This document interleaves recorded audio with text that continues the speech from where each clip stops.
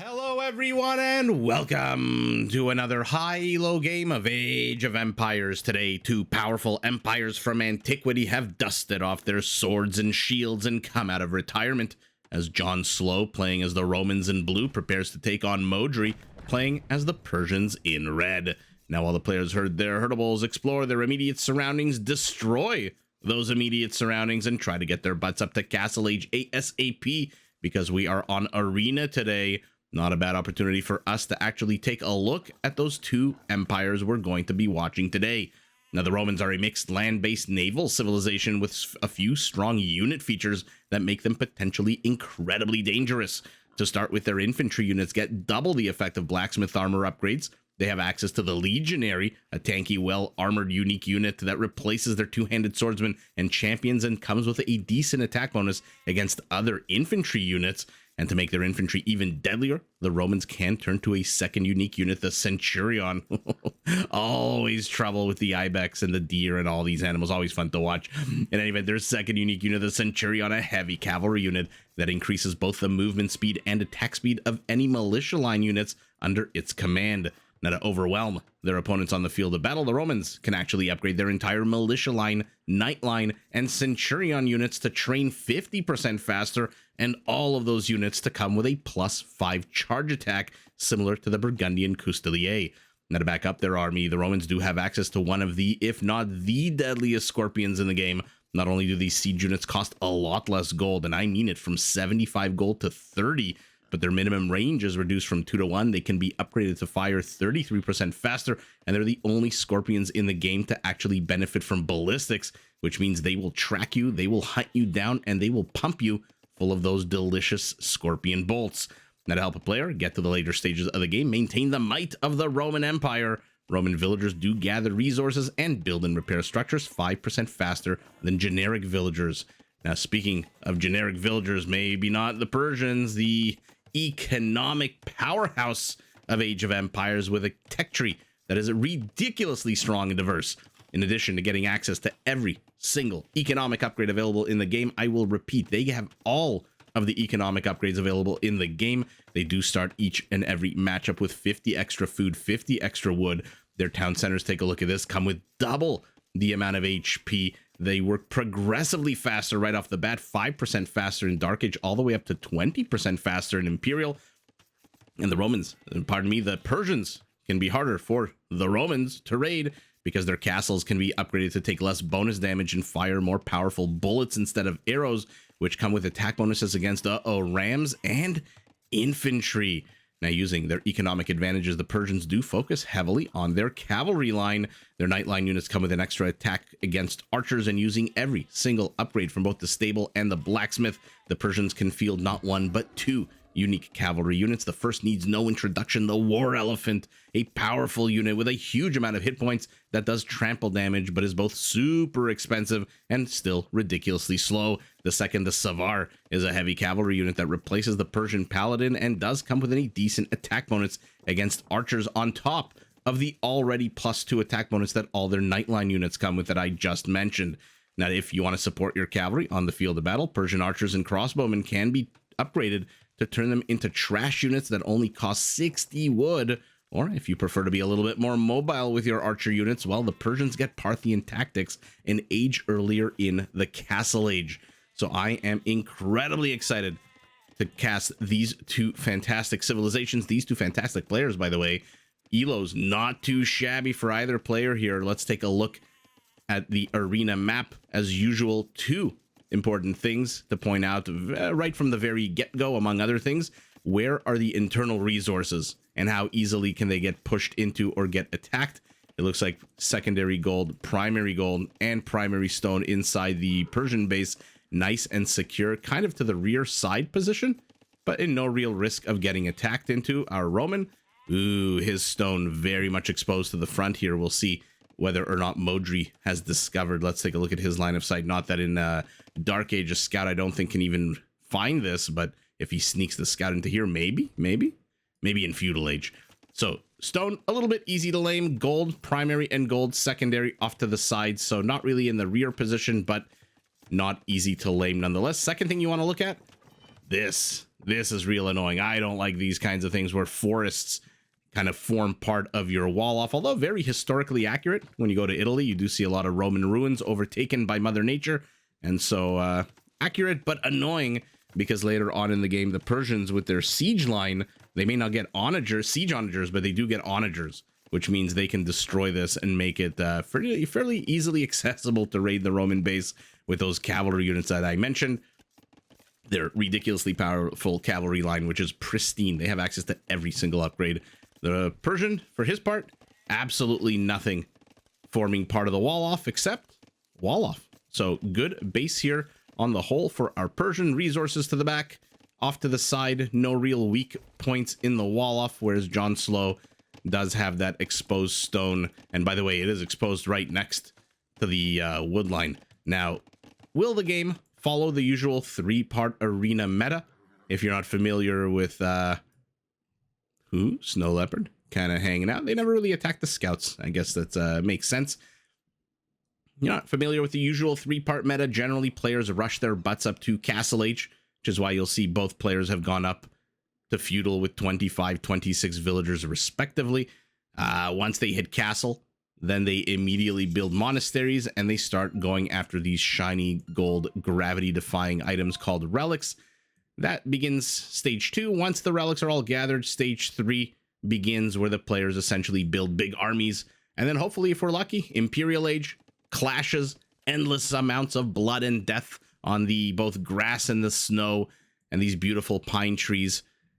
And we'll see whether or not sometimes there's a tower push, sometimes there's a castle push, sometimes there's a million different things that can happen in Age of Empires. One thing I will definitely say is not going to happen, although I should never say never, because actually, you know what? I can say it because it hasn't happened, is the Persian town center push, which on Arabia has a very not pleasant name, but on Arena, not very likely, because the Persian town center does come with twice the HP.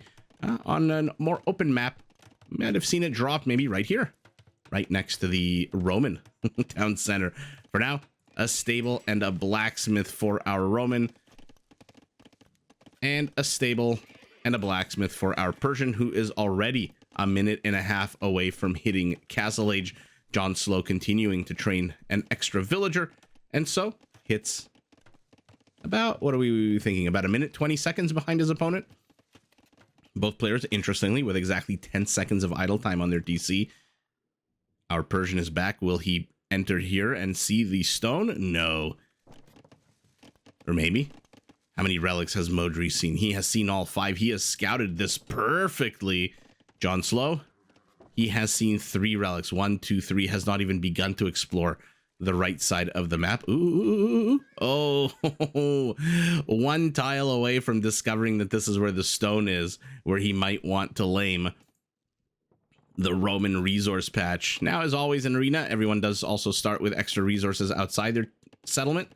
A patch of stone to the left, a patch of gold to the right, a patch of stone to the left, a patch of gold to the right for both players, and then a few contested resources, small little patches of 2 and 3 outside of the settlements, neutral, to be fought over, killed over. And then, ladies and gentlemen, we have begun phase 2 of the game.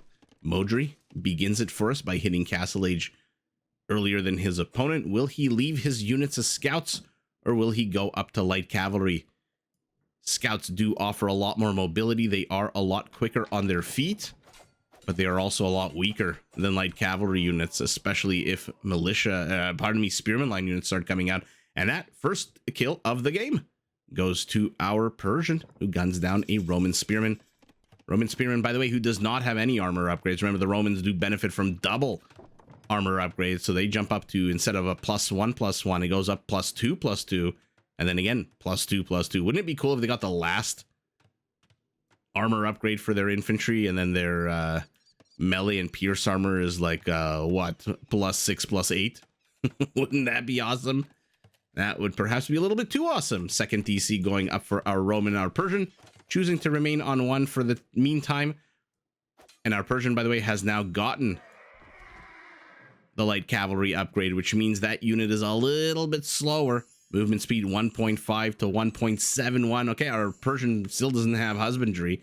I'm assuming he'll discover that any second now, once he sees these blue units, like literally run the hell away from him. lightning fast, and he is unable to catch up. Wait up, guys. Wait up. I got something for you. JonSlow, for his part, is waiting another 6 seconds before he takes a fight, probably because he is also going to light cav. I guess when you upgrade them, they begin wearing heavier armor. The horses get armored as well, and that slows everyone down. Units healed up to 100%.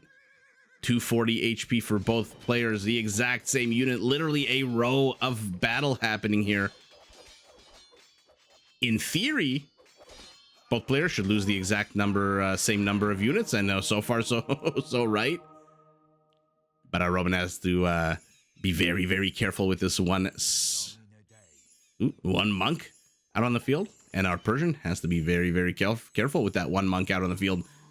Oh, JonSlow not paying attention. One wackadoo, but that's all it takes to kill that one scout line unit. I guess he had a little bit of weaker HP. Why did Modri send the weaker one forward? One more whack at this monk. Now 2 monks. They are dead meat. You can try your hardest to micro against light cavalry, but unless you've got 30 or 40 units in the way, it almost never works out. And now Modri very happy to take these kinds of exchanges. Hey, very happy to lose a scout line unit for a monk. One costs nothing but food. The other is very much a gold intensive unit. And here we go. Sally's forth does our Persian. Now it's JonSlow's turn to overstay his welcome in front of his opponent's base. HP. Yeah, our Persian is ahead by about a single scout's worth. Neither player getting bloodlines at the moment. Still no husbandry for our Persian. Both players investing their resources currently economically. 2 TCs on top of the original for our Persian, and a 3rd TC for JonSlow as well. Kill count stands equally at 5. It looks like I missed a monk kill as a Persian monk now bites the dust. Relic count 1-0. Our Persian has managed to get one of the relics on the probably center part of the map, as it looks like one relic is heading home. Yeah, I only see 3 white dots on the map, which suggests one of those white dots is in transit. We'll make it home. I mean, at this point, Modri has to realize he doesn't have husbandry, right? I mean, well, why isn't he getting husbandry? His units are being literally chased down like dogs and gunned down by these quicker moving blue units. In case you wondered what a slight increase in speed does give you, well, look at this. Red just can't escape. His only hope is to reach the base so that the monk can try to shoo away these with sniper conversion lines, and that's exactly what happens. But he keeps losing these units for no real reason. Now, again, these are, not exactly the most expensive units in the world to lose, but losing them when your opponent isn't losing them is just sour. This is very much still a game controlled by 2 human beings, not AI. And so emotion, psychology all play into this. And if you keep losing units and your opponent does not, you are not psychologically there as much as your opponent. And on the whole, our Persian playing it very, very conservatively with his 4 monks. Blue has 1 monk. Not too sure where that 1 monk even is. Okay, he's heading out of the base very slowly. Crook and book in hand. And now our Roman guarding the relic to the right. He's guarding the relic to the north. Relic to the center. Who he suspects that this might be where red is going, and he is absolutely correct. So the majority, the bulk of his forces are here. Did he want to really reveal that monk? Because these 4 light cav can turn around and absolutely gun that monk down if they wanted to. Although, to be fair, okay, now they finally have husbandry. Okay, I was gonna say, to be fair, without husbandry it would take them a little bit longer, but nope, they finally do have husbandry. So everyone's moving at a brisk 1.65 tiles per second. And out come 4 monks. 1 falls immediately, a 2nd falls, a 3rd falls, a 4th falls. Holy moly! Our Persian is just losing so many units, but down goes the blue monk as well. Suicide mission for that 1 red light cav unit. This is a very hotly contested relic hunt right now. This is absolutely incredible. JonSlow still, okay, now in a bit of a perimeter check, is protecting the relic to the right, the one to the left still. So we are at 2 relics to 1 at the moment. Phase 2 of the game by now usually is over. I, on the whole, don't really see players invest too much into gathering relics. They either try for a little bit, it's like a short burst of activity. I was going to say something, a short burst of activity followed by either instant gratification or just not. So, you know, use whatever analogy you want in that example, but in this case seems to be a very prolonged burst of activity here as both players keep ping-ponging between their bases. Blue keeps going south, red keeps going north. Fourth town center for JonSlow. I guess he realized, you know what? You're just running around here. You're not really doing much with your army. I'm not really doing much with my army. Let's keep growing our villagers. He is down 6 compared to his opponent, but both players sitting at 10 military population each. Relic is finally unguarded, which might give our Persian an opportunity, but he, oh man, has not even finished training the monk. Just now it's going to pop out, and by now JonSlow is already back here. Oh, he's going straight for that monk. Red's got to be careful. And looks like the relic on the left side has been picked up. So soon to be perhaps 3 relics to 1, with one last contested relic on the map. But Red is heading straight for him. Remember, Modri saw where all the relics were a lot earlier than JonSlow did. And look at this perfect beeline he's making, not to where he thinks the monk is, but where the monk should be. There's something about, I forget in physics, about the location of atoms or particles. You never see where they are.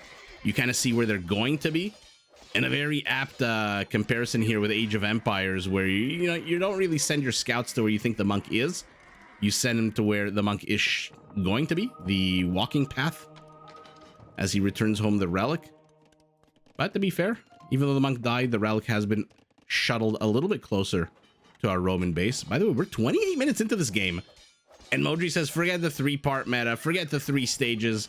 I don't care about relics anymore. I'm just getting my butt up to Imperial Age. I want those quicker working town centers. I want all of it as the Persian. So 29 minutes in, he clicks up to the next and final age. Ooh, is JonSlow going to be allowed a sneak peek VIP pass behind the scenes here? He is. And what is he going to see? He's going to see 3 stables. And he's going to see a dead monk. Oh my god. Even if Modri wanted the relic, he can't take it anymore. He just keeps losing monk after monk. What an absolute epic contestation of these relics. I love this. 1 minute away from Imperial is our Persian. Our Roman has also clicked up and now sends yet another pair of monks to gather this relic in case the first one dies. The second is here as well. Maybe it was an error. Maybe it's not. Ooh, sneaky Adam Modri says to JonSlow, you saw the stables, all 3 of them. What you don't see is the follow-up, which is going to be, we'll see. We'll find out what it's going to be. For now, securing, shoring up his building HP, getting more blood. Finally, somebody's getting bloodlines. Although I say that Modri had bloodlines already. And let's see, will it be yeah, it's chemistry. So hand cannoneers. Now, as the Romans, a bit of a tough matchup if you decide to go infantry, because not only do the hand cannoneers come into play, but the citadels upgrade for the castles can upgrade them to fire bullets, and then once they're bullets, +3 attack bonus against infantry, and infantry generally doesn't have exactly the highest amount of HP, so having a +3 attack for those bullets is just absolutely bonkers. Allows you to shred through infantry units left, right, and center. And now, I guess, technically, stage 2 of the game is done. It is our Roman who takes 4 relics to 1 in true Roman fashion. As the players, I'm sure, happy to throw away the last vestiges of Castle Age here and get rid of their armies. Pikemen, soon to be halberdier, 120 villagers to 115.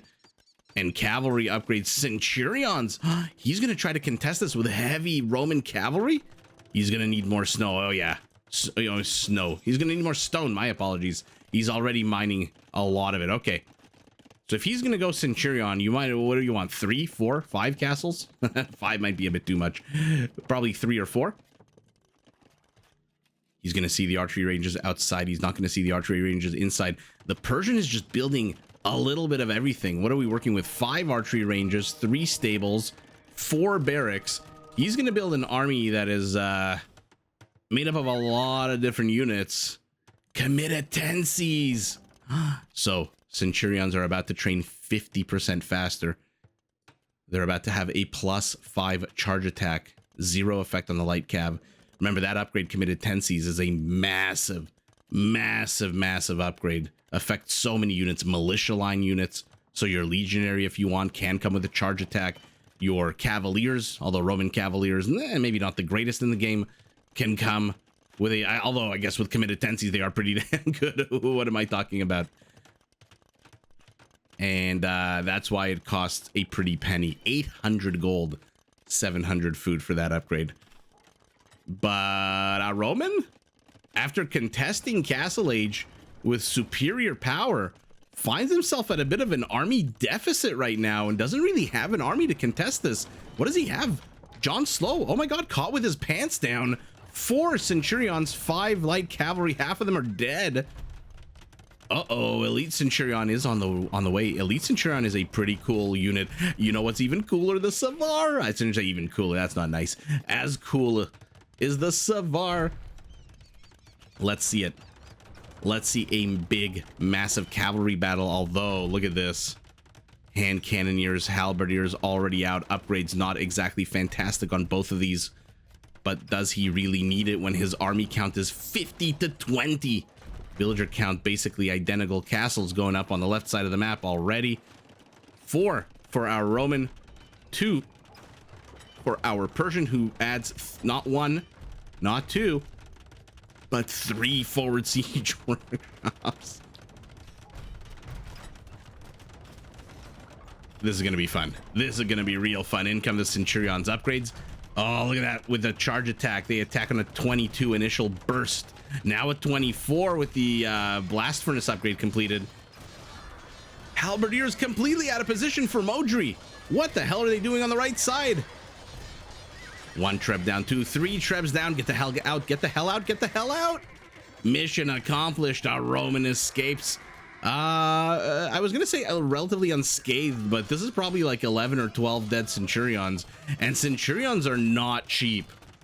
As much as you know, Paladins are not exactly the cheapest units, Centurions are even more expensive in gold and food. I believe 75 food, 85 gold. What I would love to see is a few of those Roman Scorpions, but instead we're getting architecture to make our castles extra thick and juicy. Centurions chasing the hand cannoneers to the right, to the north. They've cleared out the Savar force, but this Persian army is so ridiculously diverse, basically very much like the real ancient Persian army. A little bit of a few warriors from this part of the world, a few warriors from that part of the world, a few warriors with long shiny sticks, a few warriors on a horse. I'm not too sure about little men pushing giant bombard cannons, but JonSlow needs to find a way to contest these bombard cannons and these trebuchets. I'm not as concerned about the halberdiers, although I would love to see some legionaries. I'm not as concerned about the halberdiers as I am about the bombard cannons, because right now he has no way to engage into these long-range death machines unless he dive bombs his Centurions in, and if he does that, it is exactly what's going to happen. The halberdiers just shredding everything. What is happening? 1 last bombard cannon remains. Will he get it? Will he get it? He gets it right before the Centurion dies, but again, we've seen this previously. Oh, game derps out there for a second. And now look at the army count, 70 to 13. Ah, no. Oh, wow. Okay. Well, oh, no, indeed.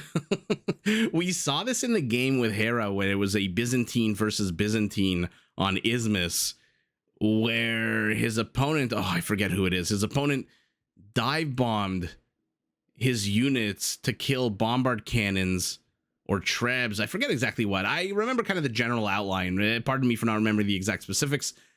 And he just kept going after siege unit after siege unit after siege unit. But in the meantime, his units were getting killed and whittled down. I don't think the issue here is the halberdiers, the hand cannoneers, even the Savar. I think on the whole, the Centurion might even be the better unit here. Look at the HP comparisons, 175 to 165. Elite Centurion base attack is 15. Remember, it's better than a Paladin, so it's better than the Savar. 1 attacks with the first on a 24 to 18, and even if you remove the 5 charge attack, That's a 19 to 18. 5 melee armor to 6 melee armor. Attack speed should be the same. No, the Savar attacks 0.1 seconds quicker. So the Savar is weaker, has less armor, less HP, but attacks a fraction of a second faster, which tells me I think the Centurion on the whole, even if you ignore committed tenses, which you really shouldn't given the power of that +5 initial attack, is on the whole the better unit. The problem is he had no way to deal with, first of all, those Trebs. How many did I say, 11 or 12 or 10 Centurions died about 3-4 minutes ago to get rid of those Trebs? Now a whole bunch more die to get rid of those Bombard Cannons? Oh, if only JonSlow had some way to deal with those Bombard Cannons. Do the Romans get... Oh, I guess I could just do this. Yeah, they get block printing. Block printing monks could have been a good answer here. But I think on the whole, the overall bigger story here is just look at the Persian military industrial complex. 11 barracks, 3 siege workshops, 5 stables, and now 5 5 archery ranges, and now 6 stables. That's just bonkers. JonSlow is training units out of 4 buildings alone. I mean, he has as much military industrial complex as our Persian has just siege workshops. So ultimately the numbers do betray him, and the numbers, I guess, like I said earlier, caught with his pants down a little bit earlier on when those siege units showed up, those 2 trebuchets here joined by a 3rd later. He was just completely unprepared for that, and now he's plopping down barracks, but a little bit too little, a little bit too late to transition into legionaries, especially when your gold is basically mined out. How much gold does he have here? It says 4 patches. I guess there's some over here. Yeah, he barely has any. Oh, sorry, there are 4 patches here. He has 1,400 gold. 1,473. Oh, that is very... Oh, I could have seen perhaps a better contestation of those long-range units, but I suspect it's the dive bombing into this. We like I said, we've seen it recently in a few games where players just do their best to get rid of one unit class, the one they view as the biggest threat. First it was the Trebs, then the Bombard Cannons.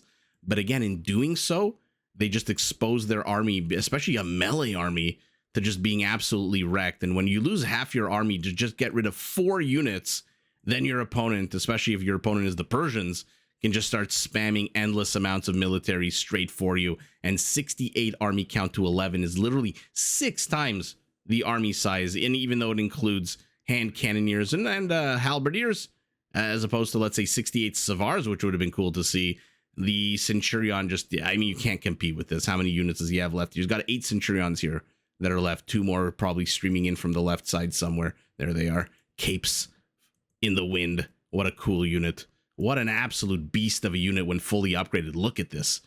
I mean, I would love to see 50 Centurions with their committed tenses charge attacks take on 50 Manaspas. That's what I would love to see. Everyone elite, everyone upgraded to the hilt. I would love to see who wins that battle. I suspect probably the Manaspa, who's getting the sexiest unit of Age of Empires 2024 with that ridiculous extra attack bonus. But wow. First of all, did JonSlow contest the relics for too long? Our Persian kind of gave up after relic number 3.